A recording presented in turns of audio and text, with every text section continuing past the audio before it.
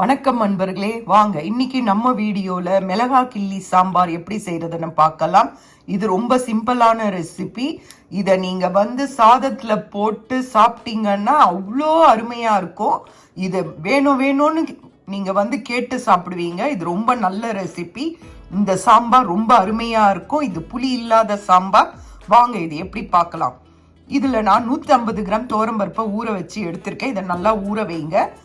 ஊற வச்சா குக்கர்ல சுலபமா வெந்துடும். வாங்க பார்க்கலாம். இப்போ ஒரு பெரிய வெங்காயம் ஒன்று எடுத்துக்கோங்க. நான் 2 வெங்காயம் எடுத்துக்கிறேன். 2 இந்த அளவுக்கு தக்காளி எடுத்துக்கோங்க.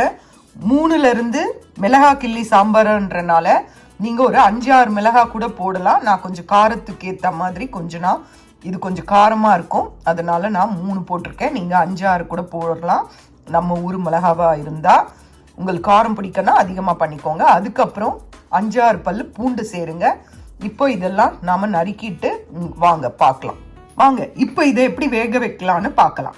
இதுக்கு நான் துவரம்பருப்பு ஊற வச்சுட்டு அதை 2 முறை அலம்பி அதை நான் இதில் ஒரு 1/2 டம்ளர் தண்ணி விட்டு சேர்த்துருக்கேன். கூட கறிவேப்பிலை சேர்த்துருக்கேன், மஞ்சள் பொடி சேர்த்துருக்கேன், பெருங்காயம் சேர்த்துருக்கேன், ஒரு துளி 1 ஸ்பூன் எண்ணெய் விட்டுக்கோங்க.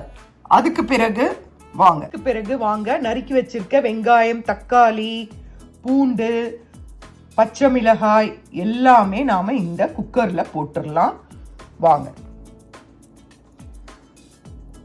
இதை நாம இப்போ குக்கரை மூடி குக்கர்ல வச்சு ஒரு 3ல இருந்து 5 விசில் வர வரைக்கும் வேக வச்சு எடுத்துக்கோங்க. உங்க குக்கர்ல எவ்வளவு விசில் இது வேகுமோ அந்த அளவுக்கு வேக வச்சு எடுத்துக்கலாம்.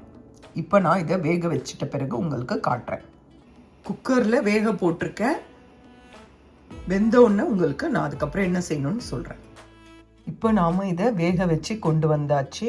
இதை மத்து வச்சு நம்ம நல்லா கடைஞ்சிக்கலாம். நல்லா மத்து வச்சு இதை நல்லா கடையுங்க. உங்களுக்கு நான் கடைஞ்ச பிறகு காட்டுறேன்.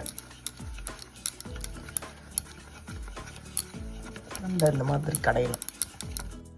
கடைஞ்ச பிறகு 2ல இருந்து 3 டம்ளர் தண்ணி இதில் விடலாங்க. இந்த சாம்பார் தண்ணியாக தான் இருக்கும், ஆனால் அதனோட சுவையும் அருமையாக இருக்கும்.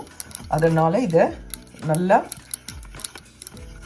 மசிச்சிட்ட பிறகு நல்லா 2ல இருந்து 3 டம்ளர் தண்ணி விடுங்க. வாங்க அடுத்து என்ன செய்யலான்னு பார்க்கலாம். இந்த ஊர் மத்து இப்படி தாங்க இருக்கும். ஸ்மாஷ் பண்ணுறதுக்கு எல்லாத்துக்குமே இதுதான். பருப்பு கடையெல்லாம், உருளை பொட்டேட்டோலாம் ஸ்மாஷ் பண்ணலாம், எல்லாமே செய்யலாம். இந்த ஊர் மத்து இந்த மாதிரி தான் இருக்கும். நம்ம இப்போ தாளிப்புக்கு எண்ணெய் விட்டு கடுகு, பெருங்காயம், சீரகம், வெந்தயம், மிளகாய் போட்டுட்டு அதுக்கப்புறம் உங்ககிட்ட சின்ன வெங்காயம் இருந்ததுன்னா ஒரு 10 சின்ன வெங்காயத்தை போடுங்க. பொடியாக நறுக்கியும் போடலாம், அப்படி இல்லை முழுசாகவும் போடலாம். என்கிட்ட சின்ன வெங்காயம் இல்லை, நான் ஒரு மீடியம் சைஸ் வெங்காயத்தை பொடியாக நறுக்கி நான் இப்போ இதில் சேர்க்க போகிறேன். ஒரு மீடியம் சைஸ் வெங்காயத்தை நான் நறுக்கி இதில் சேர்த்துட்டேன். இது நல்லா வதங்கட்டும். வதங்கின பிறகு நாம் சாம்பாரை இதில் விட்டுடலாம். தேவையான அளவு உப்பு சேர்த்துக்கோங்க. டேஸ்ட்டு பாருங்கள். இதில் நல்லா வதங்கணும். நல்லா வதங்கிடுச்சிங்க. இப்போ நாம் கடைஞ்சி வச்சிருக்க சாம்பாரை இதில் விட்டுடலாம். புளி இல்லாமல், சாம்பார் பொடி இல்லாமல் வெறும் மிளகாயை வச்சு செய்யக்கூடிய சாம்பார் இது ரொம்ப ரொம்ப அருமையாக இருக்கும். இதுக்கு நீங்கள் தொக்கு மாதிரி உருளைக்கிழங்கு தொக்கு இல்லை உருளைக்கிழங்கு வறுவல் அந்த மாதிரி எது செஞ்சு இதோட சாப்பிட்ட அப்பளம் எது வேணாலும் இதோட சாப்பிடலாம். ரொம்ப சுவையாக இருக்கும். இப்போ நான் அந்த கடைஞ்சி வச்சிருக்க பருப்பை இதில் நான் விட்டுடுறேன்.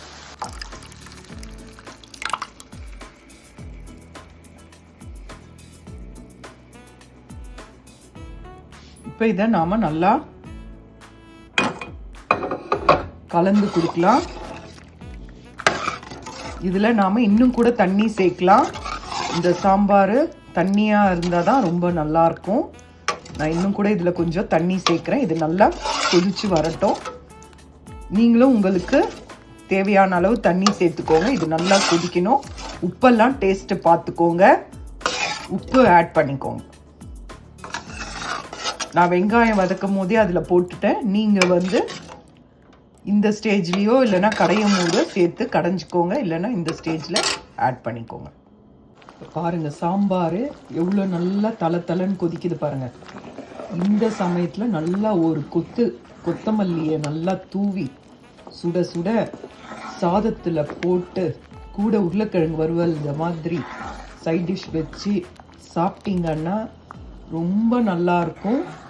திரும்பி ஊற்றி சாப்பிடுவீங்க. அவ்வளோதான். புளி இல்லாமல், சாம்பார் பொடி இல்லாமல் வெறும் மிளகாயை வச்சு செய்யக்கூடிய மிளகாய் கிள்ளி சாம்பார். இதை செஞ்சு பாருங்க.